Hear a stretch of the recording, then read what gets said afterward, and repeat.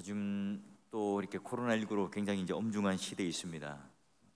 우리 믿음의 선배들은 초대교회 때 위기에 닥쳤을 때 무엇을 했는가? 기도를 했거든요. 우리가 이미 야고보가요 순교를 했어요. 게다가 초대교회의 정신적 지주고 또 리더였던 베드로가 어떻게 돼요? 투옥이 됩니다. 잡혀갑니다. 체포되어서 이제 언제 처형이 될지 모르죠. 예루살렘 교회 가운데 큰 위기가 닥쳤습니다. 하나님께서 그리고 그 위기 가운데 기도의 응답을 들어주시는 장면이 오늘 본문인데요. 그런데 예루살렘 교회가 기도를 했더니 하나님께서 이런 응답을 하셨다, 이걸 강조하기보다는 예루살렘 교회가 어떻게 예수님께서 가르쳐 주신 그 기도대로 이제 그들이 실제로 기도의 능력을 경험하고 맛보고 있는가, 누가는 지금 그걸 강조하고 싶어 합니다. 자, 본문의 내용을 좀 더 이해하기 위해서 바로 두 가지 중요한 사실들을 살펴보는데요. 그럼 5절과 12절을 보게 되면 그를 위하여 간절히 하나님께 기도하였더라, 또한 기도하고 있었더라, 자, 이런 표현이 나옵니다. 자, 보면 첫 번째 이 5절의 강조는 교회가 아니에요. 바로 교회가 간절히 기도드리고 있더라 라고 하는 그 기도, 그 내용이에요. 그래서 여러분 그 원문을 지각하면 이렇게 명사로 기도가 쓰였어요. 그래서 교회가 간절히 그에 관련하여 하나님께 기도가 드려지고 있었다, 이제 이렇게 강조하고 있습니다. 그리고 또 5절 보면 교회라는 표현이 나오고요. 12절 보니까 여러 사람이 나와요.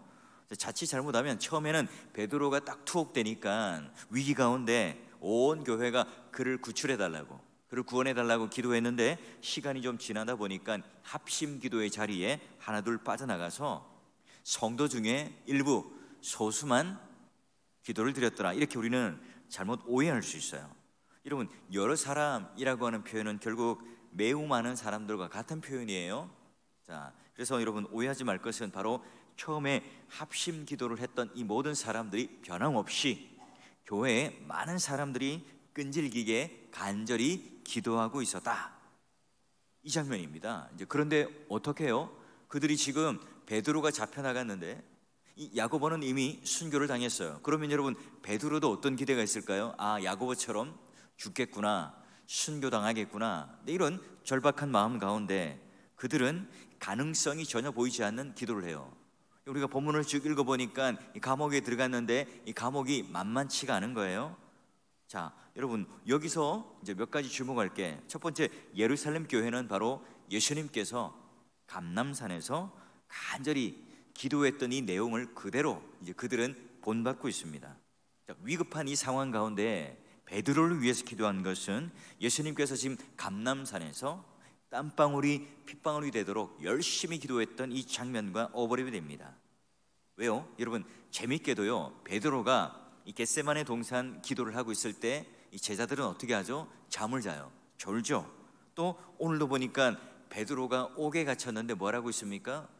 태평하게 잠을 자고 있는 장면, 두 장면을 또 연결시켜요. 그래서 누가복음 22장 45절 보면 예수님께서 열심히 기도하는데 잠든 것을 보시고 그리고 이렇게 야단을 치시고요. 또 5절에 보니까 열심히 간절히 이 예루살렘 교회들은요 기도하고 있는데 베드로는 잠을 자고 있는 이 장면으로 두 장면을 연결시켜줘요.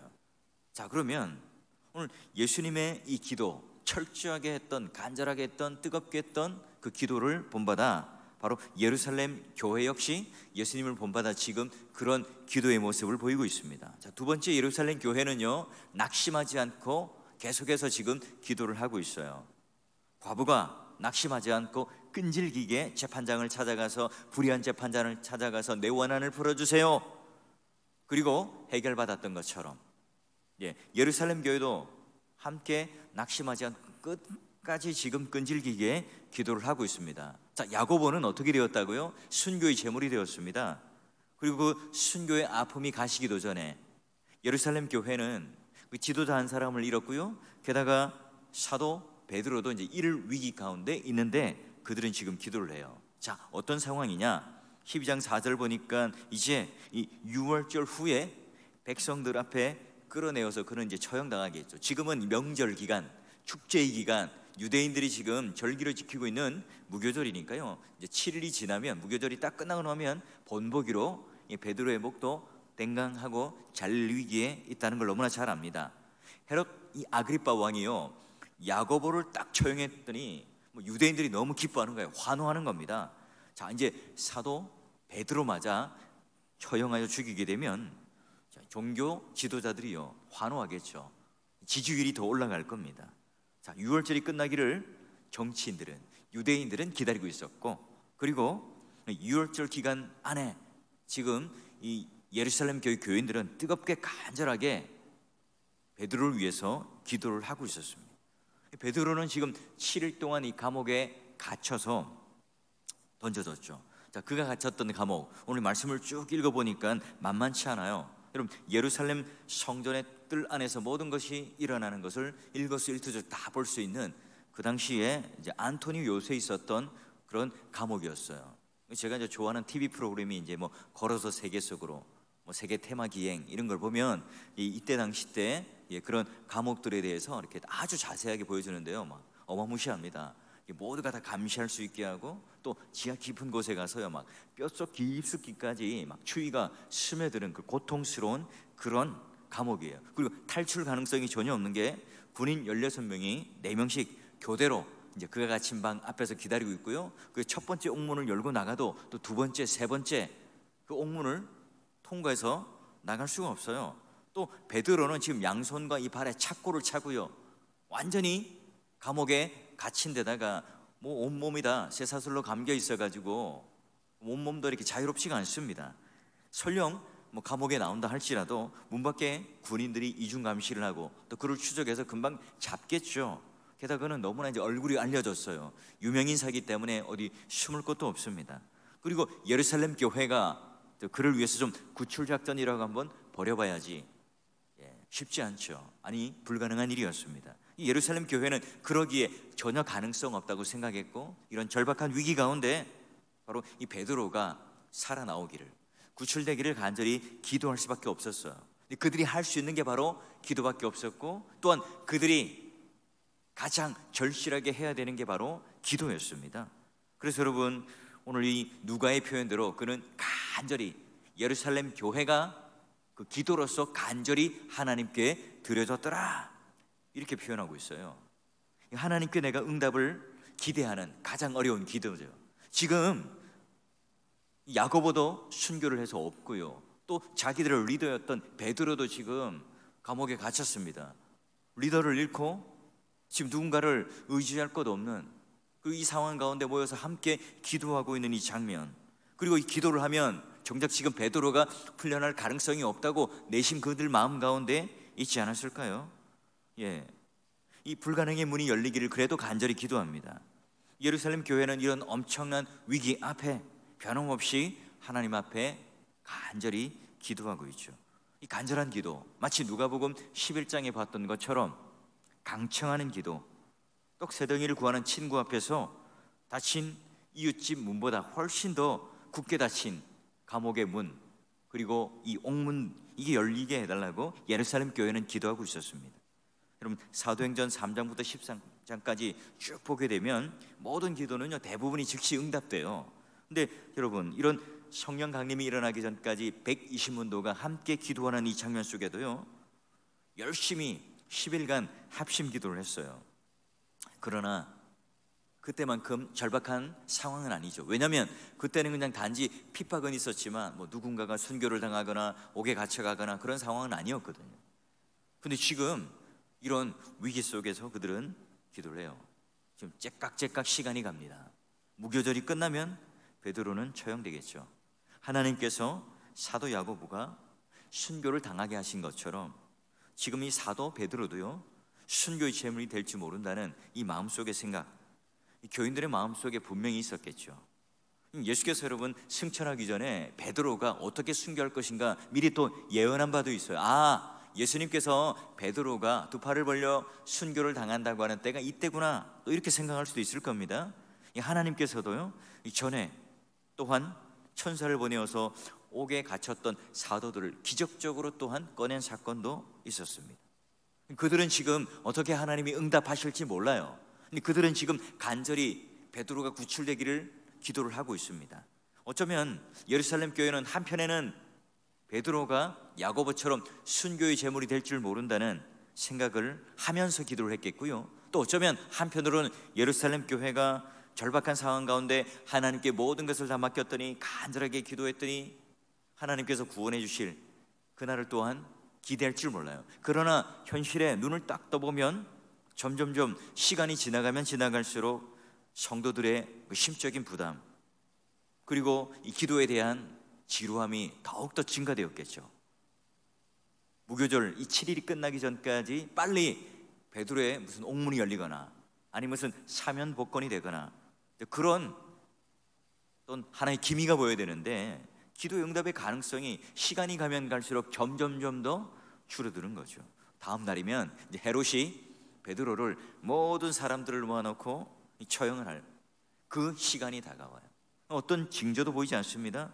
예루살렘 교회가 빨리 좀 천사의 손이 임해가지고 좀 극적으로 탈출되어지고 우리의 합심 기도가 모든 사람들에게 응답되어서 짠 하고 나타내 보이면 너무나 좋겠어요. 그런데 베드로가 무사히 그 합심 기도하는 장소에까지 돌아오기 전 그까지 그들은 몰라요. 그런 정보를 전혀 모른 채 바로 변함없이 기도를 하고 있죠. 똑똑똑 문을 두드려 그가 왔지만 아무도 믿지 않고 또 오해를 할 정도로 그들은 그냥 간절히 하나님께 기도만 하고 있었어요. 예루살렘 교회 바로 보니까 예수님께서 가르쳤던 기도처럼 강청하는 기도를 하고 있고 간절한 기도를 하고 있고 끈질기고 낙심하지 않는 기도를 지금 그대로 본받아 하고 있죠. 지금 누가는 지금 이걸 강조하고 싶어요. 그러면 우리가 예루살렘 교회를 통해서 몇 가지 배울 점, 이 기도에 대한 배울 점이 무엇인지 한번 보죠. 자, 먼저 여러분, 하나님께서 교회의 모든 기도를 다 들어주시나요? 그렇지 않죠. 여러분, 요한의 형제 야고보가 헤롯 아그리빠에 체포되었습니다. 그럼 교회가, 예루살렘 교회가 똑같이 베드로처럼 구해 주십시오, 구원해 주십시오, 탈출하게 해 주십시오라고 기도를 안 했을까요? 야고보가 여러분 잡혔을 때도 똑같이 예루살렘 교회는 모두가 다 합심하여 기도했겠죠. 그 위기를 탈출하기 위해서 그 지도자를 좀 제발 살려달라고 기도했을 겁니다. 그러나 그때는 바로 하나님께서 어떻게 순교의 제물로 바쳐졌을까요? 야고보는 체포도의 목에 칼이 베어집니다. 이게 마가복음 10장에 이미 예언되어졌던 말씀이에요. 여러분, 사도들 중에 처음으로 고난의 잔에 세례를 받은 것처럼 오늘 예수께서 바라던 이 영광의 전주곡의 주인공이 누구냐? 야고보입니다. 그러면 오늘 하나님께서 정하신 뜻이 뭐라고요? 우리가 아무리 간절히 기도했지만, 예루살렘 교회가 뜨겁게 간절히 기도했지만, 그러나 그 예루살렘 교회가 원하고 기도하고 바랬던 것처럼 야고보의 생명을 연장시켜 주는 것이 아니라 그 순간에 순교의 제물이 되도록 내버려 두셨어요. 그래서 여러분, 하나님께서 첫 순교의 제물이 됩니다. 마가복음 10장 37절 38절에 보니 예수께서 이르되 너희는 너희가 구하는 것을 알지 못하는도다. 내가 마시는 잔을 너희가 마실 수 있으며 내가 받는 세례를 너희가 받을 수 있느니라. 예수님께서 십자가를 지시는데 예수님께서 돌아가신 것처럼 오늘 너희들도 이와 같이 세례의 잔, 고난의 잔, 죽음의 잔을 너희들도 받게 될 거다. 여러분, 여기 첫 순교의 제물, 그 영광의 전주곡의 주인공이 누구라고요? 야고보입니다. 여러분, 예루살렘 교회가 이때 간절히 기도하지 않았다고요? 아니, 간절히 기도했지요. 아니, 베드로보다 더 간절하게 기도하지 않았을까요? 왜요? 첫 번째로 그는 체포되었고 그는 처형되었기 때문에 그래요. 여러분, 교회의 기도가 오늘 하나님께서 정하신 그 뜻을, 성취를 막을 수 없죠. 오늘 우리의 기대, 우리의 요구, 우리의 소원, 우리의 원함은 뭡니까? 야고보가 짠 하고 풀려나고, 그리고 그 정치 지도자들, 유대인들의 코가 납작하게 되고, 그리고 로마의 정권이 무너지는 것. 여러분, 이런 기도를 간절하게 하지 않았을까요? 그러나 기도는 바로 이 하나님께서 정하신 뜻을 지연시키거나 포기되는 것이 아니라 바로 실현되는 것이기 때문에 바로 오늘 우리가 원하는 기대와 또는 우리가 바라는 원함과는 달리 하나님의 뜻과 하나님의 기대와 그 섭리 가운데 성취되었습니다. 우리가 세상을 살아가다 보면 참 이 세상은 공평하지 않다고 생각해요. 그럴 때가 여러분 간혹 있지 않습니까? 뭔가 양심적으로 내가 살려고 애를 쓰면 쓸수록 오히려 이 다른 불법과 불의를 저지르는 사람들보다 잘 나가지 못하는 것 같아요. 또 무지한 폭력과 공갈을 일삼는 사람들은요, 그런 대로 출세를 해요. 사람들이 인정해주고 그 사람들을 보면 부담스러워하고 겉으로라도 존경의 표시를 취합니다. 그런데 여러분, 선한 자가 어려움에 처했을 때 그 하나님께서 마치 그 어려움을 그대로 방치하고 내버려 두는 것 같아요. 그걸 볼 때 우리는 이해하지 못하죠. 뿐만 아니라 엄연히 하나님 보시는 그 앞에서 죄를 짓는데도 불구하고 하나님께서 직접 그들을 심판하지 않는데 우리는 이해가 잘 되지 않습니다. 여러분, 구약의 하박국 선지자 잘 알잖아요. 지금 나라가 쫄딱 망했는데 오히려 나를 괴롭히던 그들을 심판을 통해서 우리 유대인들에게 징계를 하고 채찍질을 하세요. 오늘 자신이 부르짖는 한구하는 하나님, 이스라엘 백성들 전체가 지금 죄를 지은 게 아니잖아요. 즉 유대 지도자들, 종교 지도자들, 거짓된 교사들, 선지자들이 이렇게 잘못하여서 국군이 기울고 이런 어려움들을 당하고 있는데 그들을 벌하지 않고 우리가 다 망하다니요. 이게 무슨 일입니까? 어느 때까지입니까? 항변해요. 항의하죠. 뭔가 하늘이 꽉 막혀 있는 것 같습니다. 하늘이 마치 쇠로 되어 있어서 모든 것이 다 닫혀 있는 것처럼 느껴집니다. 아무리 부르짖어도 나의 답답한 이 상황을 하나님은 귀를 닫고 들어주시지 않고, 내가 그렇게 간절히 기도하지만 이 현실은 아무런 변화가 일어나지 않는 것 같습니다. 어떤 성도는 하나님의 은혜를 너무나 사모하죠. 너무나 오랫동안 기도했습니다. 누구보다도 간절히 기도했고 누구보다도 많은 기도의 양의 시간들을 가졌습니다. 그럼에도 불구하고 나에게는 그런 은혜가 임하지 않는 것 같아요. 아무리 내가 하나님께 부르짖어도 하나님께서는 외면하시는 경우, 마치 하나님은 얼굴을 돌리시고 내 기도를 들어주시지 않는 것 같은 그런 상황 가운데 우리는 무엇을 할 수 있을까요? 하나님께서는 모든 성도의 기도를 들으시죠. 귀를 막으시는 분이 아닙니다. 졸지도 않고 주무시지도 않습니다. 하나님께서는 우리 교회의 모든 기도를 다 들어주세요. 단지 오늘 하나님의 뜻과 또 우리의 기도에 또는 우리의 기대와는 다를 뿐이죠. 어떻게 기도를 하죠? 그러기에 우리가 하나님을 신뢰한다면, 하나님께서 오늘 우리의 기도를 다 들으신다면 간절한 기도가 응답될 때까지 계속해서 기도를 하죠. 예루살렘 교회, 베드로가 투옥된 이후로부터요, 그가 구출되어서 그 문 앞에 똑똑 두드릴 때까지, 그가 구출되어서 그 집에 올 때까지 예루살렘 교회는 계속해서 기도합니다. 기도 한번 하다가 문 살짝 열고 베드로가 어떻게 되었지? 또 기도하다가 야, 사람 좀 보내봐, 베드로가 어떻게 되는지 한번 확인해보지? 그렇게 하지 않아요. 여러분, 한두 사람이 그렇게 기도한 게 아니라 모든 교회가, 전 교회가, 모든 그 성도들이, 예루살렘 교회 성도들이 계속해서 지금 기도를 해요. 지금 베드로가 구출될지, 베드로가 순교의 제물이 될지, 아니면 지금 우리 모두가 이렇게 기도하고 있는 장면, 로마 군인이 갑자기 급습하여 모두가 우리가 다 체포가 될지 몰라요. 많은 사람들이 열심히 기도합니다. 그러나 이 기도하는 것과 달리 다른 상황이 중단되거나 또 좌절되면 기도의 자리를 떠날 수도 있겠죠. 내가 원하는, 내가 기대하는, 내가 뜻하는 이 시간에 맞지 않는, 마치 하나님께서 그런 기도의 응답을 해주시지 않는 무정한 하나님이라고 내가 여겨진다면 그 자리를 하나 둘 떠나겠죠. 기도의 응답이 보이지 않는다고 오늘 우리가 기도를 중단한다는 것은 오늘 우리의 기도의 동기가 바로 어디에 있느냐, 이게 중요해요. 기도가 환경에 의하여 변한다는 것은 바로 내가 하나님 앞에 잘못된 기도를 하거나 하나님을 신뢰하지 않는 거죠. 기도의 응답이 보이지 않는다고, 더 이상 내가 기도할 필요가 없다고 생각될지라도, 오늘 내가 하나님께서 어떻게 우리에게 응답하여 주실지를 몰라요. 그래도 그들은 계속 기도합니다. 그럼 하나님께서 어떻게 응답하실지 모르고 또한 응답하시지 않을 것 같아도 그들은 계속해서 기도를 하고 있는데요, 그런 인내의 기도, 오늘 하나님께서 오늘 우리 그 기도의 응답을 지연시키지만 그들은요 놓지 않고 기도합니다. 왜죠? 바로 하나님과 우리 사이에 아버지와 그 아들의 사귐과 그 교제를 알기 때문에 그래요. 만약에 하나님께서는 그 기도의 응답에만 초점을 맞추고 있는 이 자녀에게는요, 바로 그의 그 지속적인 사귐을 통해서 바로 하나님을 다시금 깨닫게 하고 성품을 본받게 하시려고 합니다. 결국 여러분, 야고보는 순교를 당하지만 베드로는 구출을 됩니다. 결국은 마지막에 베드로가 순교의 제물이 되기도 합니다. 하지만 여러분, 지금 이 기도를 하고 있는 장면, 간절하게 기도하여 그 응답될 때까지 그들은요 기도를 하고 있어요. 어떤 기도의 응답이 있는지에 대한 그런 것들을 확인하는 것이 아니라 끝까지 인내하며 기도를 하고 있죠. 자, 그러면 세 번째로 이 기도의 응답 자체는 전적으로 누구의 뜻요? 하나님의 뜻과 계획과 섭리에 달려 있습니다. 당연하죠. 하나님 아버지께서는 야고보 때 우리가 기도했지만 순교의 제물이 되었습니다. 또한 지금도 우리가 기도하지만 베드로가 순교의 제물이 될 수도 있고 구출될 수도 있습니다.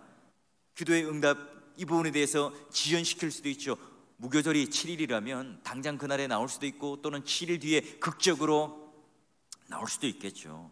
하나님께서는 오늘 우리의 요구, 우리의 기대에 따라가 아니라 그의 놀라운 지혜를 따라 하나님께서는 적절하게 그 뜻을 성취시키는 것이 바로 기도예요. 예를 들어 여러분, 우리가 수술을 하려고 그럽니다. 근데 아이가 떨어지지 않으려고 그래요. 근데 여러분, 내가 이 수술을 받기 위해서는 잠시 그 아이가 떨어져 있을 수밖에 없겠죠. 기겁을 할 겁니다. 그러나 여러분, 오늘 더불어 또 그 아들이 군대를 가야 된다면 또 부모가 잠시 떨어져 있어야 되겠죠. 그래야만 훈련을 받을 수 있을 거예요. 마찬가지입니다. 하나님께서는 우리를 잠시 그 어두움 가운데 떼어놓는, 마치 내가 하나님이 느껴지지 않는 상황 가운데 잠시 우리를 떨어뜨려 놓는 이유가 뭘까요? 그때 너무 절망스러워요. 상황이 이해되질 않습니다. 너무 절망적인데도 우리가 아무리 기도를 하는데도 어떤 변화의 조짐이 일어나지 않아. 그렇기 때문에 우리는 더 낙담되고 더 절망이 될 때가 있어요. 그동안 하나님께서는 어떻게 해요? 우리가 기다리고 인내하고 기도하는 동안 내가 그 기도의 응답에 대해서 관심을 가지고 거기에 대해서만 초점을 가졌던 데서 누구를 향하여? 바로 그 기도를 들으시는 하나님을 향하여 바라보게 하시고, 오늘 우리 안에 있던 교만, 나를 의지하려고 했던 힘, 내가 가지고 있었던 그 경험과 실력치들을 다 도려내고 그 기질들을 수술하게 해주세요. 그 수술이 다 끝나고 나서 얼른 우리를 회복시키셔서 오늘 하나님과 함께 원하시는 그 기쁘신 뜻대로 우리를 빚어서 세워 놓으시죠. 어느샌가 우리는 그렇게 변해 있는 겁니다. 그렇습니다. 기도는 그러기에 일종의 바다와 같아요.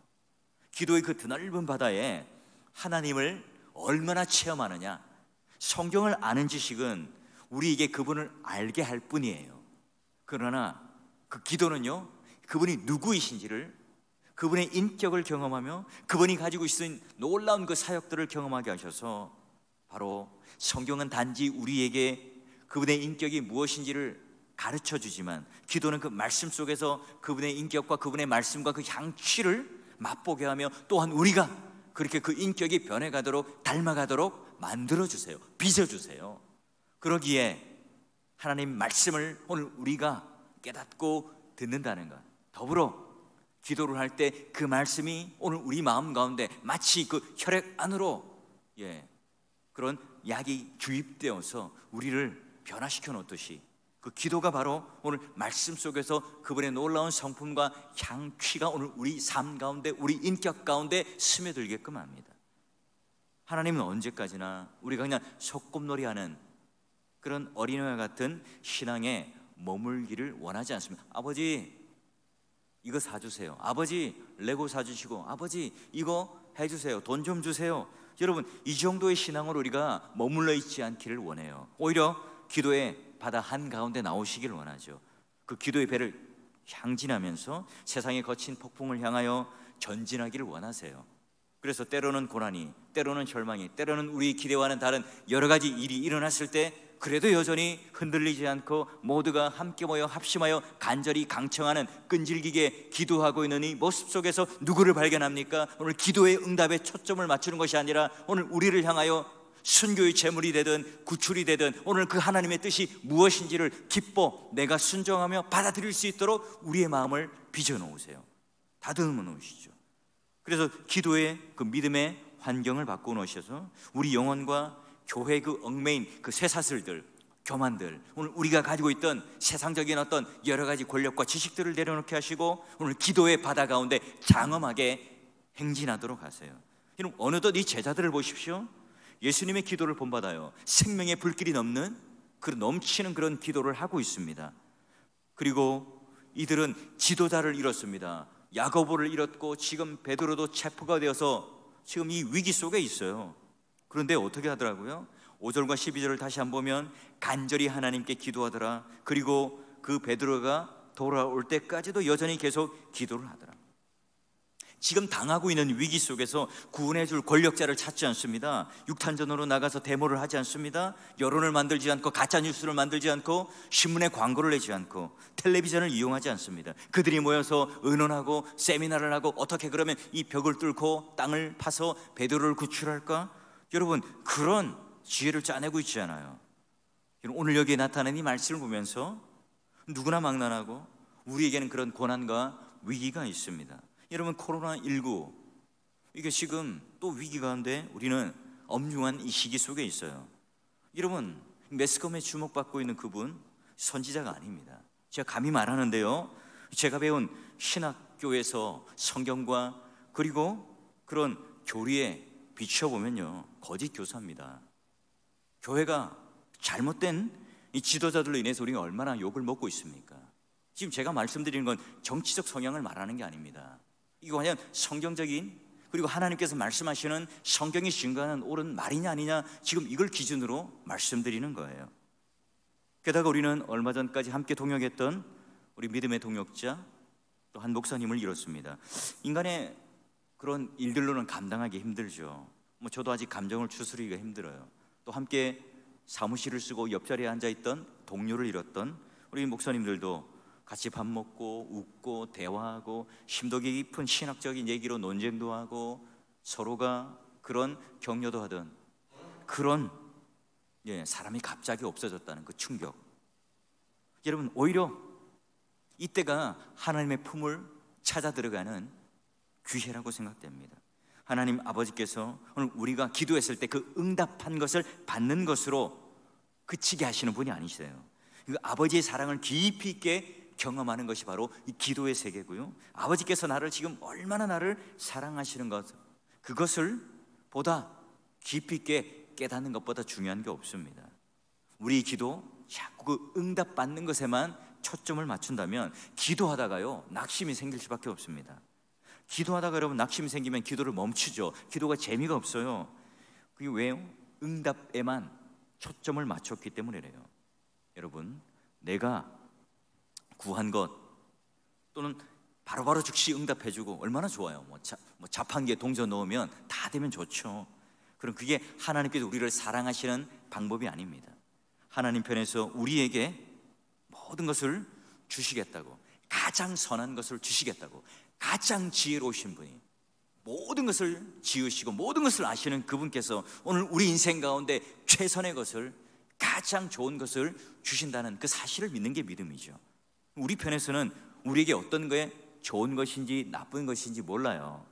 그러나 나를 사랑하시는 그 아버지를 신뢰할 때, 아버지의 사랑에 초점을 맞추고 놓치지 않을 때, 아버지께서 나를 얼마나 사랑하시는가를 안다면 그 모든 것이 다 해결이 되죠.